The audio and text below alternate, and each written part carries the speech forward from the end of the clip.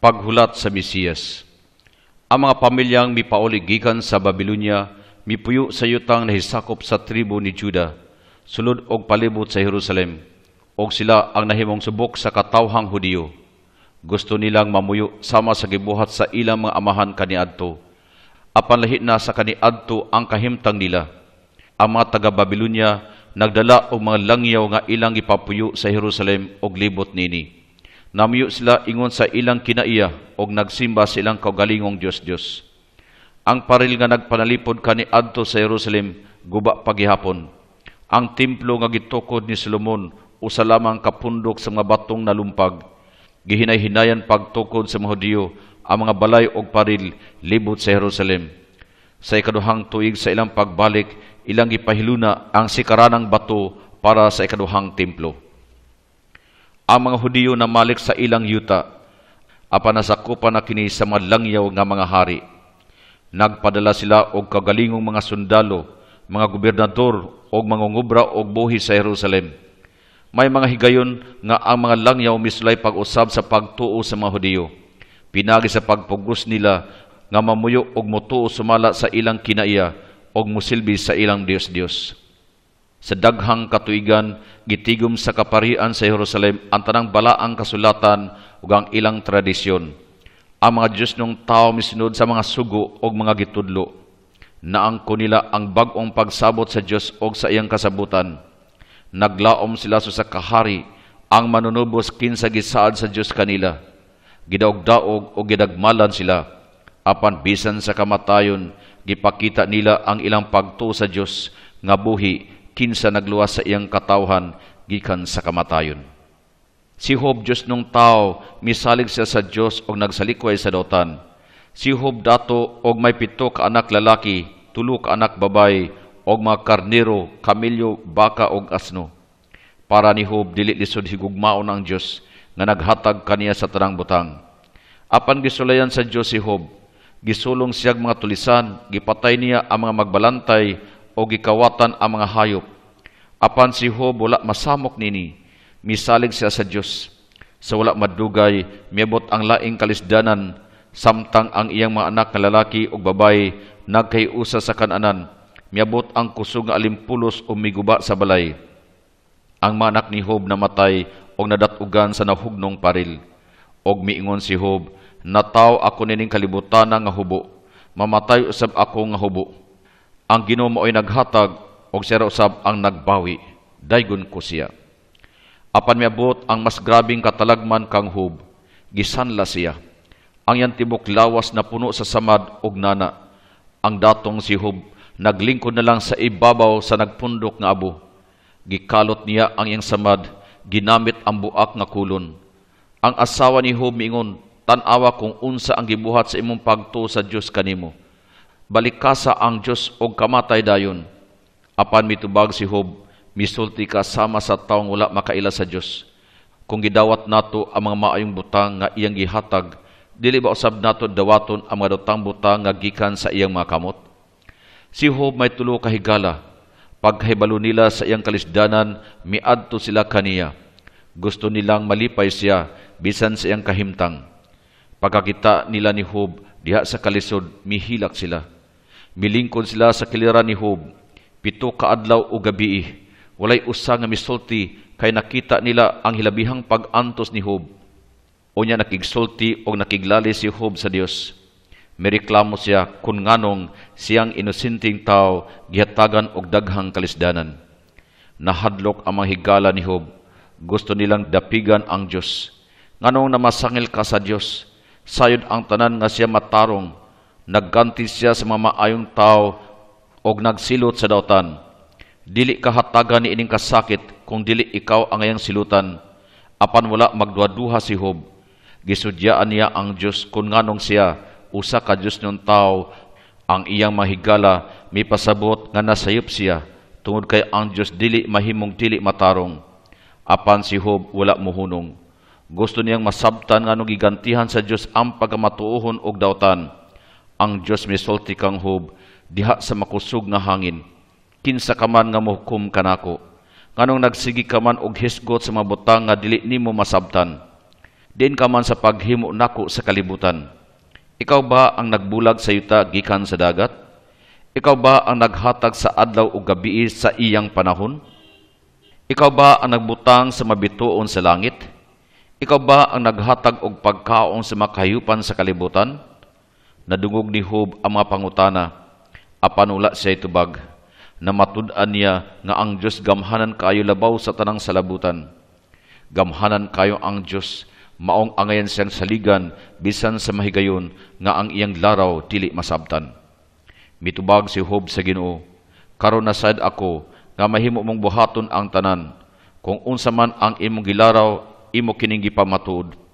Sa akong pagka-ignoranti, gihukman ko ikaw, ang imong mga laraw kahibulungan, dili ko sila masabtan. Hangtod karon, sa hatod sulti lang ako nakaila kanimo. Apan sa pagkakaron, nakakita ako sa akong mga mata, mo nga bawion ko ang akong nasulti, og sukad karon musalig na ako kanimo. Mingon ang Diyos ni Propeta Hunas, pangandam aron mo panaw. Adto sa Ninibe, ang kapital sa ginghariang Assyria, og ingna ang tanan didto nga taliabot na ang ilang silot. Apan dili gusto ni Hunas nga moadto sa Ninibe. Miikya siya og misakay sa kabarkong naglawig sa layong dapit, gusto niyang mahilayo sa Dios. Apan nagpadala ang Dios og bagyo sa dagat, ug gihampak sa balod ang barko didto og dinhi. Nahadlok ang tanan. Usa-usa silang nag-ampo sa ilang Dios. Apan si Hunas natulog didto sa budiga sa barko. Gipukaw siya sa kapitan, nganong nakaako ka og katulog diha. Bangon, pangadji sa imong Dios, basin og lawason kita niya. Ang mga manlalawig miingon, pinagi sa ripa atong sayron kung kinsa dinhi ang nagdala ni ining daotang hitabo, og nahulog ang swerte kang Hunas. Mingon si Hunas, ilabay ninyo ako sa dagat aron maluwas kamo. Tungod kanako miabot kining bagyo, mibugsay og kusog ang mga manlalawig. Apan wala sila nahimo sa makusog nga sulog. Nagampo sila, Ginoo, ayaw kami babagi sa among pagpasipala sa usa ka taong inosente. Unya gigunita nila si Hunas og gilabay sa dagat, diha nalinaw ang dagat. Apan ang Ginoo nagpadala og usa ka balina, gitukob si Hunas. Tulo ka adlaw ug gabi si Hunas sa sulod sa tiyan sa isda. Didto nangadji siya sa Ginoo, ang iyang Dios. Bilangoy ang isda padulong sa baybayon og didto giluwas si Hunas. Sa makausa, gisugo si Hunas sa Dios. Lakaw ngadto sa Ninive, didto sa dakong syudad, ipahibalo kanila ang tanang isulti ko kanimo. Og milakaw si Hunas ngadto sa Ninive, gisangyaw niya, kapatan kaadlaw na lang og gunubo na ang Ninive. Ang mga taga Ninive naminaw kang Hunas, mito sila sa Dios. Gisugdan nila ang pagpuasa o nagsulob sila og sako aron magpenitensya. Ang tanan, dako o gamay, dato o kabus, ang tibok katawhan sa Ninive. Nakita sa Dios ang paghinulsol sa mga tao sa Ninive. Iyang gibakwi ang iyang panghulga. Apan si Hunas wala malipay, hinuon na sako. Nagampo siya. Ginoo, wala ako'y gusto mo anhi sa Ninive. Nasad ako nga gigugma mo ang mga tao og imo silang pasayloon. Palibuhon kong mamatay kaysa masaksihan ko kana. Mibiya si Hunas sa Ninive og mapaingon sa sidlakan. Milingkod siya og naghulat kung unsay mahitabo. Ang Dios mipatubo og tanom aron malandungan si Hunas. Nalipay si Hunas nini. Apan pagkagabi gikaon sa ulod ang mga gamot sa tanom og nalaya. Init na kaayo ang adlaw, dili na maantos ni Hunas ang kainit. Miingon siya, mayo pang mamatay na lang ako.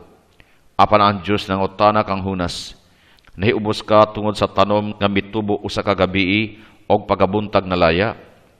Og dili ba ako angay maluoy sa dakong syudad sa Ninive nga may daghang mga bata o kahayupan? Gihulagway ng propeta Daniel ang gipakita sa Diyos kaniya. Adunay mga trono, usa ka tigulang milingkod. Ang iyang sinina puti sama sa nibi. Ang buhok puti sama sa lunlun nga lana.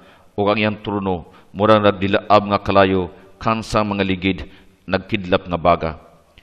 Mibuswak ang kalayo sa iyang atubangan, libo kalibo ang mialagad kaniya. Gipilo-pilo sa 10 kalibo nga katawhan ang nagbarog sa iyang atubangan. Og tan-awa diha sa kapanganuran sa langit migawas ang sama sa anak sa tao. Biduol kini sa tigulang, gitagaan siya sa tigulang ug gahom, dungog ug pagmando. Ang tanan tao sa naglainlaing sinultian og kaliwat misimba kaniya. Ang iyang pagmando hangtod sa kahangturan, ang iyang gingharian dili mapukan. Daniel Kapitulo 7, versikulo 9 hangtod 14. Usa ka propeta ang miawit sa mga awit bahin sa sulugoong nagsunod sa kababot-on sa Dios diha sa tanang butang. Pinaagi niya ang masunuron, ang katarungan o kaluwasan sa Dios maabot sa kalibutan. Sudunga, mao kini ang akong alagad, ako siyang gibantayan, siya ang akong pinili. Gihigugma ko siya, gihatag ko kaniya ang akong espiritu. Isangyaw niya ang kamaturan sa kanasuran. Dili siya mo singgit, dili siya magsaba aron madungog ang iyang tingog sa kadalanan. Dili siya mubali og tigbaw o mopalong sa nag-aso-asong pabilo. Sa pagkamaunungon siya, magdalas sa katarungan. Dili siya kapuyon og dili usab siya muhunong hangtod nga maisangyaw niya sa tibuok kalibutan ang akong katarungan. Ang kinalay ang mga isla maghulat sa iyang pagpanudlo. Isaya Kapitulo 42, versikulo 1 hangtod 4. Mingon ang Ginoo, gihimo kong bag-o ang tanan, usa ka bag-ong langit ug bag-ong yuta. Ang kaniadto mahikalimtan, maglipay kamo og magsadya sa akong himuon. Walay mohilak og maguol, walay bata nga mamatay sa pipilalang kaadlaw sa iyang pagkatao. Walay mga lalaki ug babaye nga mamatay sa tunga-tunga sa kinabuhi. Mabuhi sila sama sa mga taas nga kahoy. Walay mokuha sa ilang gihimo sa kaugalingon nilang mga kamot. Bisan og dili pa sila mosangpit kanako. Ako silang tubagon. Unya ang nating karnero ug ang lubo mag-uban sa usa ka sibsiban. Ang leon mokaon og sagbot sama sa baka. Walay mobuhat og dawtan og maghimo og kasamok. Isaya Kapitulo 65, versikulo 17 hangtod 25.